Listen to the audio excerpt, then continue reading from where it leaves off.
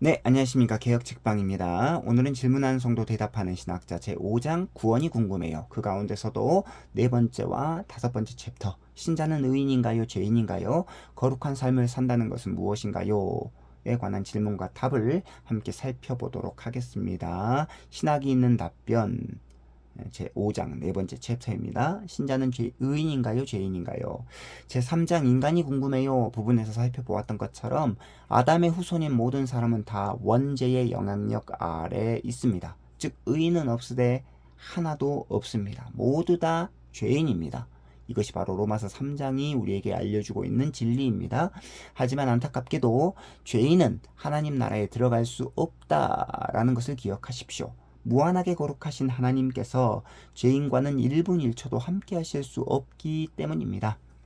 그러므로 하나님 앞에서 죄인인 모든 사람이 당면한 가장 시급한 문제는 어떻게 이 죄인됨을 극복할 수 있는가입니다. 인간 스스로의 힘으로는 죄인됨을 극복할 수 없습니다. 왜냐하면 죄인은 내부적인 의로움을 스스로 창출해낼 수 없기 때문입니다. 그러니까 인간 안에서는 그 어떠한 선도 나올 수 없고 구원받을 만한 의로움이 없다라는 것이죠. 그렇기 때문에 그 죄인에게, 우리 인간에게는 외부적인 의로움이 필요하다라는 것입니다. 외부로부터 오는 의로움만이 죄인됨을 극복할 수 있는 원동력이 될 수 있다라는 것입니다. 이를 신학에서는 의의 전가라는 개념으로 설명하는데요. 우리 바깥에 있던 예수 그리스도의 의로움이 믿음을 통해 우리에게 법정적으로 넘어오는 것을 뜻합니다. 예수 그리스도의 의로움이 우리에게 전가되면 하나님의 눈으로 보았을 때 우리는 더 이상 죄인이 아니다라는 것입니다. 죽어 마땅한 죄인이 그리스도의 의로움의 공로를 힘입어서 의인으로 여겨지고 칭해지고 간주됩니다. 이것을 칭의라고 하는데요. 공의로우신 심판자 하나님께서 그리스도를 통해 죄인을 의롭다라고 칭해주는 것, 이 칭의 교리가 루터의 말대로 교회를 서게도 하고 교회를 넘어지게 하는 아주 중요한 교리다라고 할 수 있습니다. 그러므로 예수 그리스도 안에 있는 신자들은 모두 다 의인입니다. 왜냐하면 심판자 되신 하나님, 공의로우신 하나님께서 우리 죄인을 의롭다라고 칭해 주시기 때문입니다. 그럼에도 불구하고 신자들 역시 삶 속에서 죄를 짓고 살아간다라는 것이 문제이죠. 의롭다 칭함을 받았으면서 왜 우리는 그렇다고 한다면 계속해서 죄를 짓게 되는 것일까요? 그것은 바로 우리 본성 깊숙한 곳에 뿌리 내려져 있는, 잠재되어져 있는 그 원죄의 영향력 때문입니다. 그러므로 신자의 정체성은 의인인 동시에 죄인입니다. 예수 그리스도의 의의 전과의 측면에서는 완전하게 우리가 의인이지만 여전히 득세하는 인간 죄성의 측면에서는 죄인이다 라는 것입니다. 의인인 동시에 죄인이다라는 것이죠. 우리의 신자의 정체성이. 그러므로 독일의 1세대 종교개혁자 마르틴 루터는 신자의 정체성을 역설적으로 의인인 동시에 죄인이다라고 표현했고요. 우리가 그렇게 쭉 가르침을 받아왔습니다. 자, 옛 자아와 새 자아가 끊임없이 싸우는 모습을 바라보면서 바울 사도는 로마서 7장 24절에서 다음과 같이 고백합니다. 오라 나는 공고한 사람이로다. 이 사망의 몸에서 누가 나를 건져내랴. 자, 이렇게 고백했어요. 그럼에도 불구하고 예수 안에 있는 신자들에게는 결코 정죄함이 없습니다. 로마서 7장에서 바울이 그렇게도 자기는 의롭다라고 칭해졌지만 그 죄의 영향권 아래서 고통하고 신음하는 그 자기의 모습을 바라볼 때 이 사망의 몸에서 누가 나를 건져내랴 라고 고백할 수밖에 없었지만 그럼에도 불구하고 믿음을 통하여서 결코 우리에게는 정죄함이 없다라고 로마서 8장 1절에서 바울은 고백했죠. 심판관인 하나님께서 예수 그리스도의 보혈의 공로로 신자들에게 죄 있다 하지 않으시고 의롭다라고 칭해 주셨기 때문에 바울은 로마서 8장 1절에서 오라 나는 공고한 사람이로다 라고 고백한 이후에 뭐라고 고백했습니까? 예수 그리스도 안에서는 결코 정죄함이 없다라고 고백했던 것입니다. 이러한 칭의는 주 예수 그리스도를 믿는 믿음으로 가능하게 됩니다. 이것이 바로 믿음으로 말미암아 의롭다 칭해진다. 이신칭의라는 표현이 뜻하는 바이죠. 하지만 믿음은 하나님께서 주시는 선물이기 때문에 믿음의 공로가 믿은 당사자인 인간에게 있는 것이 아니다라는 것을 기억할 필요가 있습니다. 그러므로 칭의는 가장 큰 은혜, 가장 큰 감격이다라고 할 수 있습니다. 깨달음이 있는 성경 구절입니다. 그리스도 예수 안에 있는 속량으로 말미암아 하나님의 은혜로 값없이 의롭다 하심을 얻은 자 되었느니라. 로마서 3장 24절 말씀이고요. 에베소서 2장 8절입니다. 너희는 그 은혜에 의하여 믿음으로 말미암아 구원을 받았으니 이것은 너희에게서 난 것이 아니요 하나님의 선물이라. 자, 적용이 있는 묵상입니다. 그리스도의 의로움은 우리 대신에 율법의 요구를 다 지키신 예수 그리스도의 능동적 순종을 통해, 그리고 생의 마지막 순간에 죄의 형벌과 고난 그리고 죽음을 우리 대신 당하신 일에 근거한 그 정금과도 같은 순결한 의로움입니다.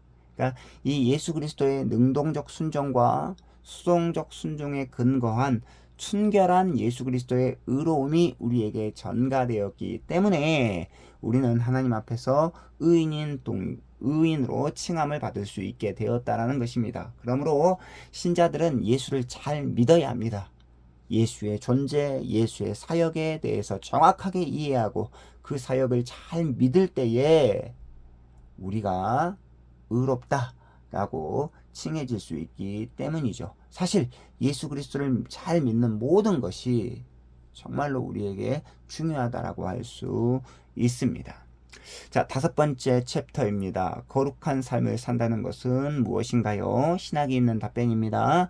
모두 다 죄의 달콤한 유혹을 탐닉하며 살아가고 있는 세속 사회에서 거룩함을 지키며 산다는 것은 결코 쉽지 않은 일이죠. 그렇다고 한다면 과연 거룩함을 지키며 산다는 것은 무엇일까요? 신학에서는 이를 거룩한 삶을 사는 것, 이것을 뭐라고 하느냐? 성화라는 단어로 표현합니다.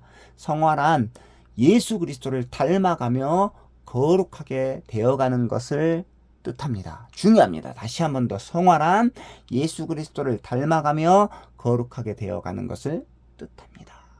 칭의는 단회적인 사건입니다. 한 번 일어난 사건이라고 한다면 성화는 살아가는 내내 지속적으로 우리가 이루어 가야 하는 사역이다라는 것을 기억하십시오. 자, 성화의 가장 기본적인 원리는 구별됨입니다. 즉 중생의 은혜로 참된 회심을 경험한 사람들은 그리스도를 믿는 믿음을 가지고 이 세상 속에서 살아가게 됩니다. 만약 바르고 건강한 믿음을 가지고 있다라고 한다면 이 세상이 쫓는 가치관을 그대로 쫓으며 살아갈 수 없습니다. 오히려 이 세상이 가는 방향과 반대 방향으로 거슬려 올라가는 것이 참된 믿음을 소유한 자의 자연스러운 자세라고 할 수 있습니다. 성경은 이를 빛과 소금의 역할로 표현하는데요.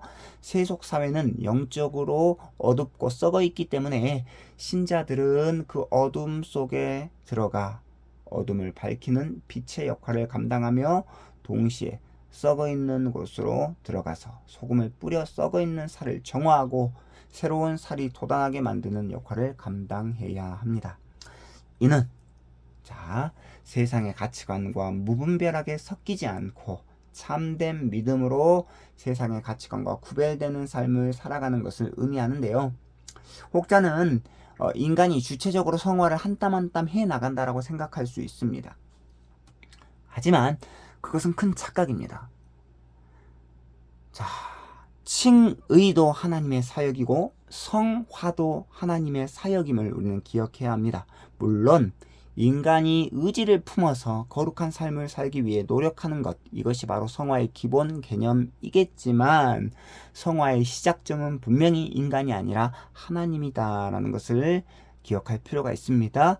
예수 그리스도와의 연합을 통해 그리스도의 거룩함이 우리에게 분여되어 거룩함의 길로 들어서는 원동력을 하나님께서 제공해 주신 결과로 비로소 우리 인간들은 거룩한 삶을 살겠다는 의지를 품을 수 있게 됩니다.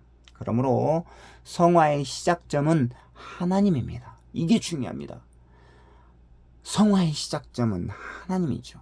하지만 일단 성화의 과정이 시작되면 인간의 역할과 책임이 분명하게 요구된다는 것도 중요합니다. 이 땅에서는 성화가 완성될 수 없어요. 자, 이 땅에서 성화가 완성될 수 있다라고 주장하는 이 주장은 완전주의라고 불리는 잘못된 주장입니다. 자, 이 땅에서의 성화는 어제보다는 오늘이, 오늘보다는 내일이 조금 더 예수를 닮아가는 삶을 사는 것입니다. 이게 바로 성화의 삶이죠. 이를 점진적 성화라고 합니다. 그러니까 이 땅을 살아가는 동안은 예수 그리스도를 점점 닮아갈 수 있지만 이 땅에서는 완전하게 예수를 닮아갈 수 없다라는 것입니다. 신자는 평생을 통해서 점진적으로 예수 그리스도를 닮아가는 거룩해지는 삶을 살아야 합니다. 그리고 이 점진적 성화의 완성은 예수 그리스도의 재림, 예수 그리스도께서 다시 오실 때 비로소 이루어진다라고 할 수 있습니다. 자, 깨달음이 있는 성경 구절입니다. 로마서 13장 14절 오직 주 예수 그리스도로 옷 입고 정욕을 위하여 육신의 일을 도모하지 말라. 그리고 에베소서 4장 15절입니다. 오직 사랑 안에서 참된 것을 하여 범사에 그에게까지 자랄지라. 그는 머리니 곧 그리스도라. 자, 적용이 있는 묵상입니다. 예수 그리스도께서는 열매가 없는 무화과 나무를 향하여서 책망하셨죠. 마태복음 21장 19절입니다. 자, 신자라고 한다면 반드시 거룩한 열매를 맺어야 하겠죠. 만약 거룩한 성화의 열매가 내 속에 없다라고 한다면 그 이유를 열매에서 찾아서는 안 됩니다. 오히려 나무의 뿌리와 줄기, 즉 믿음으로부터 잘못된 원인을 찾아야 된다라는 것이죠. 과연 나에게 참되고 바른 믿음이 있는지 고민해 봐야 합니다. 자, 왜냐하면 참되고 바른 믿음이야말로 신자의 삶의 뿌리이며 신령한 열매들을 지속적으로 창출해내는 원동력이 될 수 있기 때문입니다. 자, 그래서 오늘 우리가 제5장 구원이 궁금해요. 그 가운데서도 네 번째와 다섯 번째 챕터 신자는 의인인가요? 죄인인가요? 그리고 거룩한 삶을 산다는 것은 무엇인가요?에 대해서 우리가 살펴보았는데요. 오늘 여기까지 살펴보았고 다음 시간에는 여섯 번째와 일곱 번째 챕터 어떻게 그리스도인으로 남아있을 수 있을까요? 그리고 구원의 완성은 무엇인가요?에 대한 질문과 답으로 이렇게 찾아뵙도록 하겠습니다. 감사합니다. 안녕히 계십시오.